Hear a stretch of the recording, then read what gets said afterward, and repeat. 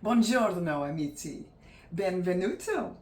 I am Little K, the artist also known as Kristen, and I am back with you sharing some art, and I'm going to share a process video with you today.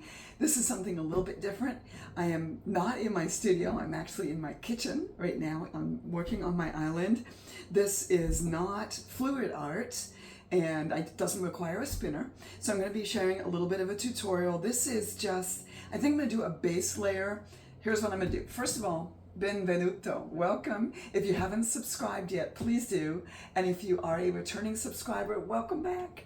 Thank you so much for coming back to share a few minutes of your day with me in my kitchen this time, not my studio. And just to spend a little bit of time, whether it's your therapy or if you are a budding artist or a seasoned artist and you just like to watch other artists do their thing, which I love to do. Welcome or welcome back. Thank you so much. If you haven't subscribed, as I said, please do. I would love to have you come on regularly and see my videos and watch what I do. My art through the years has evolved and it will probably continue to evolve. It started as my therapy. It still is my therapy. And I just love all the various styles of artists. Get on YouTube. Well, you're on YouTube. Get on other channels and look at what other people are doing. Search around, type in fluid art or texture art or palette knife art, which is what I'm going to be doing today, laying down a base layer, or whatever you're interested in. Just look at all the videos and subscribe to the wonderful channels and the artists that are out there sharing their amazingly incredible creative process with everyone. So that's what I'm going to be doing today. And what I'm going to do is lay down a base layer. I did one.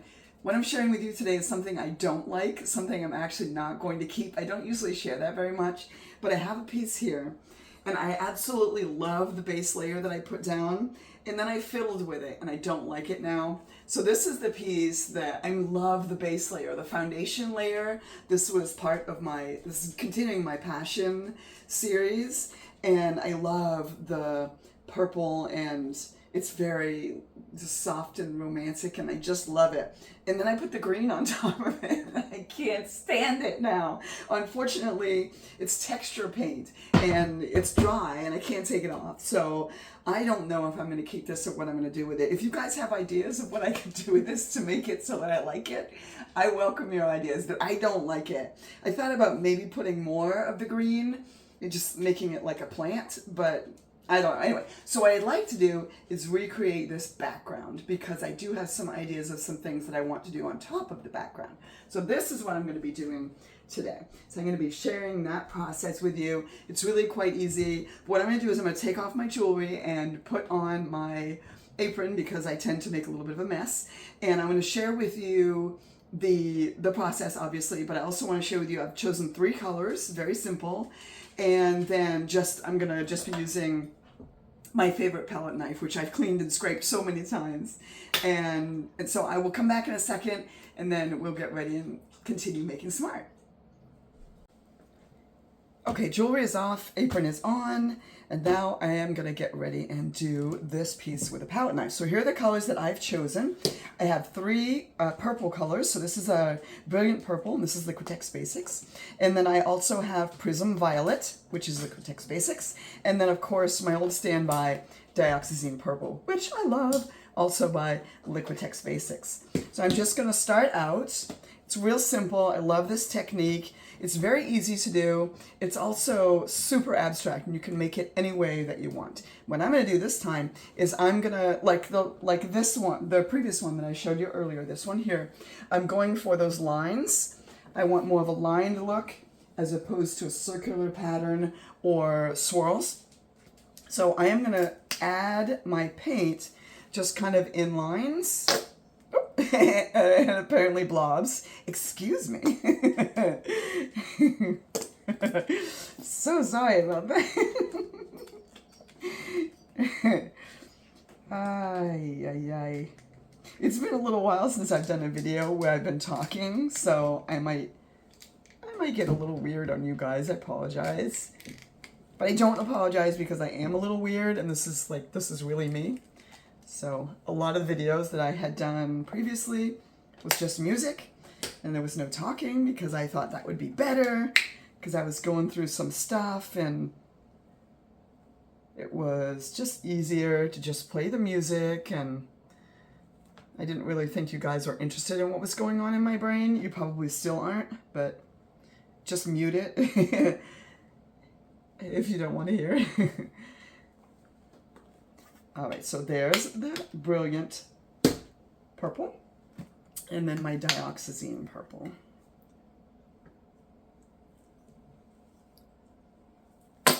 Oh, there we go again.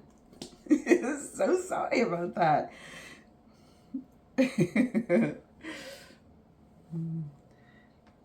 So I'm just laying down some squiggles, as you can see. And a couple of squirts here and there. I'm so sorry. I don't know why that's tickling my funny bone. I hope you guys don't find that. I hope you find it as funny as I do and you're not thinking it's crude and you've already left my channel. Whatever. Okay, so all I'm going to do now is I'm going to start at one end with my palette knife, and it's not perfectly perpendicular to the canvas. I have it just as a little bit of a tilt, a little bit of an angle, maybe 45 degrees, so that I can just move the paint along the canvas. And you'll see it's a bit of a process learning how it's not as easy as you would think. So definitely practice if this is a technique that you're looking to try. You can practice on a smaller canvas if you want to use less paint, or if you just want to practice the, I don't know if you'd call them, it's like brush strokes when you use a brush. I don't know if it's palette knife strokes. I don't know what you'd call that, but whatever it is, you can practice them on a smaller canvas, or you can do like I did and just say, the heck with it. Throw caution to the wind and grab yourself an 18 by 24 canvas, which is what this is, and just go for it.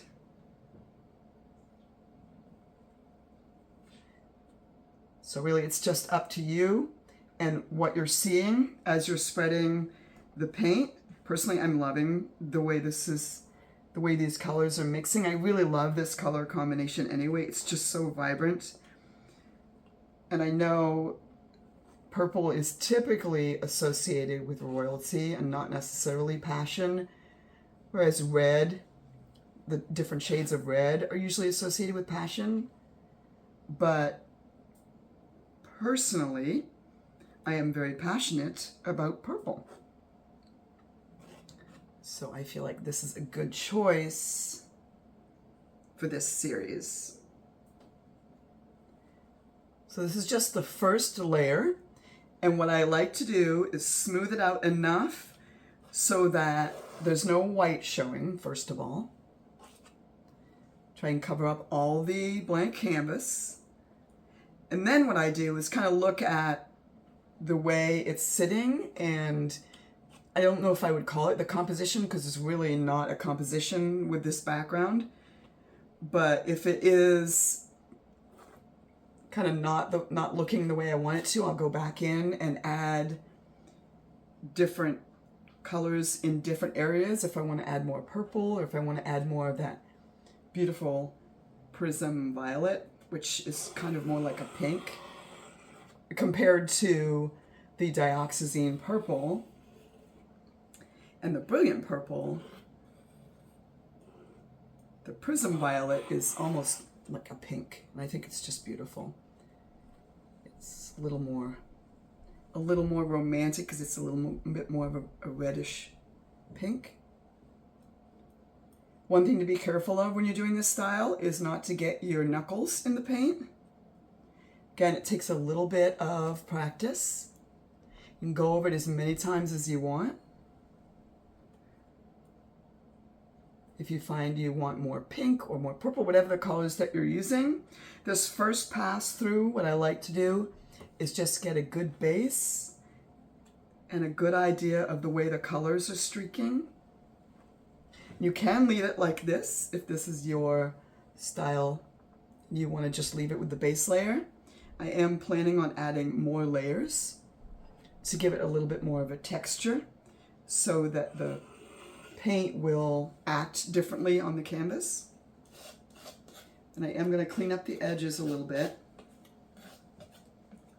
If you're still with me, thank you. If you made it through the farting noises in the beginning, I wasn't farting, the paint was. If you're just joining, oh man, that's embarrassing. See, this is why I stopped doing my own voice in the videos, because I'm just so weird. Okay. Cleaned up the edges a little bit. Now, there's not a lot of paint on the edges, and that's okay, because I'm likely going to do a faux frame on this, or I might come back in with just a sponge or a brush and just brush the edges. So what I'm seeing right now is I've got a real nice area. I like this area right here. I want a little bit more contrast. So what I'm going to do is add a little bit more of the dioxazine purple, just in a couple of areas. Excuse me. I did it again. It can't take me anywhere.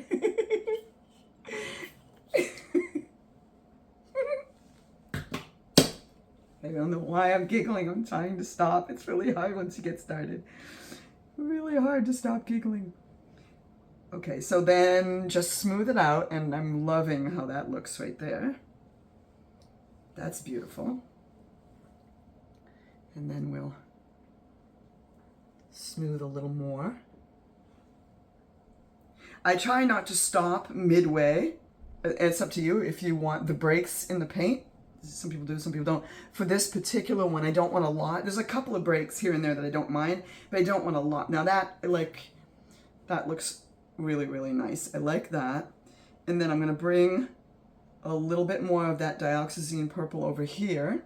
And see how you can just, I'm just lightly touching the canvas with the palette knife at about a 45-degree angle. I'm not pushing real hard, because if you do that, you might go down all the way through to the bare canvas, and then you'll have white showing again. Unless you want that, which I wouldn't think that you would, but I feel like if you want white, just add some white paint in. Okay, that one's a little bit too squiggly. I'm gonna try and straighten that out a little bit. There we go. Oh yeah, okay. Okay, so that is really nice. I'm loving how this looks. I've lost a little bit of that pink color. So I am going to attempt to do this without making any crude noises, but no promises. I do want to add in a little bit more. I'm running low on my Prism Violet. I use this color a lot lately because it's very beautiful. And I like to have it right next to the dioxazine purple, because when they mix, it looks really lovely.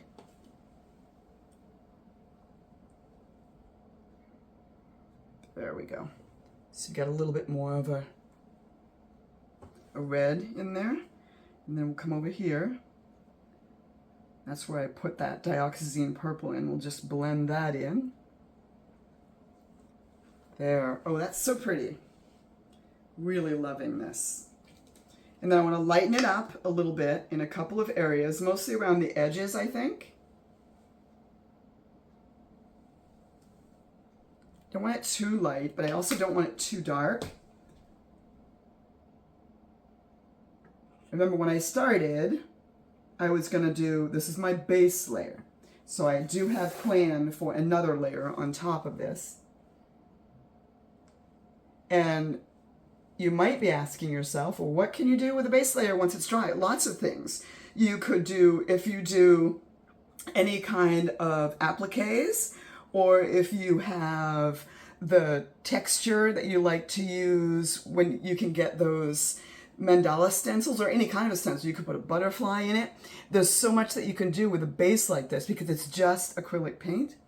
And because it hasn't been sealed yet, it will have a little bit of a shine to it.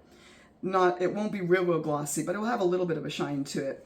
And if you don't want the base layer, this is something that I'm going to show you a real tip real quick. I'm almost done with this, but I do want to share a tip with you.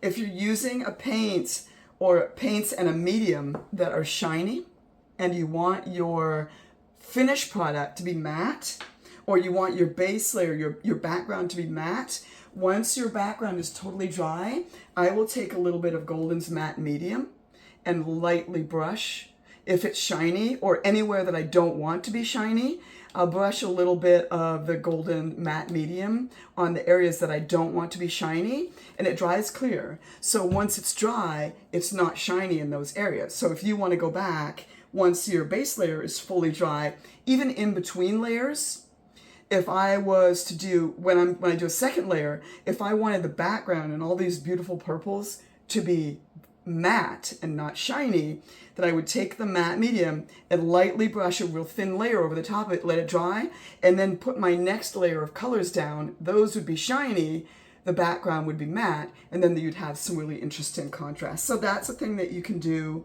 as well. You can just kind of play around with it. But this was something that I had been wanting to try for a little while. And I wanted to do a tutorial because it's so simple, you guys. It's really simple. So I just used the 3 colors. I'll show them to you again. These are the 3 colors that I used. I'm really loving it. I think it's pretty perfect right now. I am going to add another layer on top of it. And because I told you about this matte medium and then putting shiny paint on top of it, I am going to do that. Once this is dry, the second part of this piece, I'm going to brush the whole thing with a matte medium so this layer has no shine to it, and then the next layer will have some shine to it, and then I'll be able to incorporate it and mix it in that way, and that'll be really cool. Very interesting way to do it. It's also really fun and very creative. Play around with it, and if you see something that you like and you want to give it a try, give it a try. This is what it's all about. It's about just trying, seeing what your style is, trying different styles. I've tried so many different styles over the years, and some of them I like and I keep going back to, like abstract cellism and the fluid art like Rinske Douna does with the blooms, and then the Shelley bloom techniques. I've gone back to that as well. I really like this, and I think I probably will be doing some larger pieces. Another thing you could do if you wanted to do flowers, you can do texture flowers on top of your background, and then you paint those so you'd have some relief, and something like that. There's a lot of things that you can do and kind of play around with it. But I'm loving this, really loving this. I don't know if I want to make it lighter here and darker here, if I really love the way that it is right now. I'm not going to touch it. I am going to work with it with the second layer. This is the first layer, so thank you for joining me. Grazie. I appreciate you so much. Please subscribe if you haven't yet. And yes, I am in the United States, but I am planning a trip to Italy. And I know a bunch of people that I know, since I've told them that I'm also planning a trip to Italy. They are also planning trips to Italy. And I've asked many of them, hey, will you be my buddy and help me? We can help each other learn Italian. Well, they're not bothering to learn Italian. And I'm like, well, I don't want to go to a foreign country and assume that they're going to speak my language. So I am actively learning to speak Italian. And let me tell you, at 55, it is so much harder than it was learning Spanish when I was 19. So, but I am doing it. So you'll hear me from time to time slip into a little Italian. It's just me practicing, and I hope it doesn't bother you. It's fun for me. So thank you, grazie. I appreciate your time, and I am going to be back with another tutorial showing you how I did another layer on top of this. And then if I decide, I'm not really sure where I'm going with this piece. I'm kind of playing it by ear. But I will show you what I'm doing with it as I go along. So thanks for joining me. This is Little K once again, and I am inviting you and encouraging you to go make the art. I think you'll be glad you did.